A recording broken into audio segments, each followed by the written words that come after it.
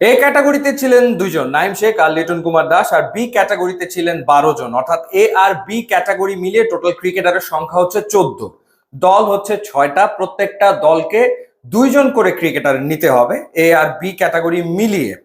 তো যেহেতু মুশফিকুর রহিম এবং মাহমুদুল্লাহ রিয়াদ আনসোল্ড থেকে গেছেন এবং নোয়াখালী এক্সপ্রেস তারা আসলে কোনো প্লেয়ারকে পারচেস করতে পারেনি, এই কারণে শেষ দিকে বাকি ছিলেন 2জন, মাহিদুল ইসলাম অঙ্কন এবং জাকের আলী অনিক। সেই কারণে বাধ্য হয়ে এই 2জন ক্রিকেটারকে 35 লাখ টাকায় দলভুক্ত করতে হয়েছে নোয়াখালী এক্সপ্রেসে।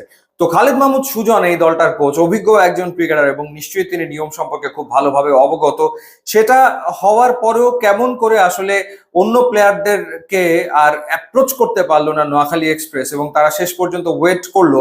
তারা কি আসলে নিয়মটা জানতো কিনা কে জানে। তারা হয়তো চিন্তা করেছে যে তারা এ বি ক্যাটাগরি থেকে কোনো ক্রিকেটারই নেবে না, তারা সি ক্যাটাগরি থেকে ক্রিকেটার নেবে, সেই কারণেই তারা অপেক্ষা করছিল। এবং শেষ দিকে বলা হলো যে না, বাধ্যতামূলকভাবে 2জন ক্রিকেটারকে নিতে হবে।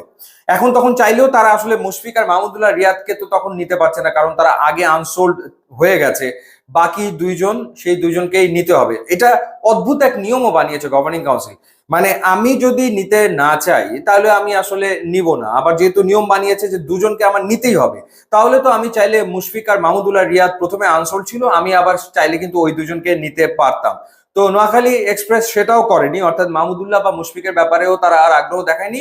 শেষে যে 2জন বাকি ছিল, মাহিদুল ইসলাম অঙ্কন এবং জাকের আলী অনিক, সেই 2জনকেই তারা নিয়েছে 35 লাখ টাকা খরচ করে। এবং বি ক্যাটাগরির ক্রিকেটাররা কে কোথায় গেল সেটা যদি আপনাদের জানাই, 1,10,00,000 দাম উঠেছে নাইম শেখের, যেটা সত্যিকার অর্থে অবাক হওয়ার মতো সারপ্রাইজিং ছিল। তাকে নিয়ে 3টা দল রীতিমতো টানাটানি করেছে এবং শেষমেশ চট্টগ্রাম রয়্যালস তাকে 1,10,00,000 টাকায় দলভুক্ত করেছে।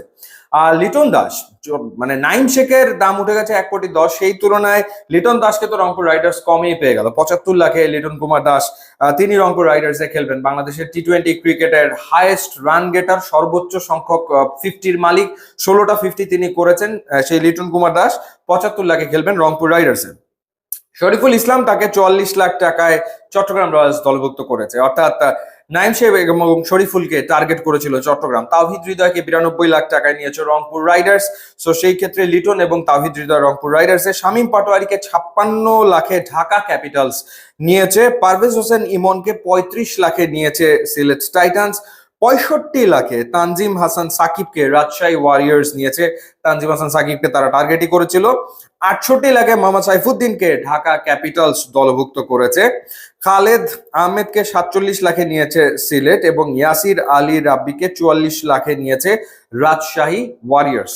তো এই ক্যাটাগরিতে নোয়াখালী ধাক্কা খাওয়ার পর তারা কাভার আপ যেভাবে করার চেষ্টা করেছে, তারা ডিরেক্ট সাইন করিয়েছে সৌম্য সরকার এবং হাসান মাহমুদকে। তাদের দেশি হচ্ছে কুশল পেটিস এবং জনসন চার্লস। এরপরে তারা বাই ডিফল্ট পেয়ে গেছে অঙ্কন এবং জাকের আলী অনিককে। এরপর তারা হাবিবুর রহমান সোহানকে নিয়েছে 50 লাখ টাকা খরচ করে। এটা একটা ডেফিনেটলি আমার মনে হয় যে খারাপ পিক হয়নি, খুবই ভালো পিক হয়েছে। ফাস্ট বোলার মুশফিক হাসানকে তারা নিয়েছে, ফাস্ট বোলার রেজাউর রহমান রাজাকে তারা নিয়েছে এবং শাহাদাত দীপুকে তারা দলভুক্ত করেছে।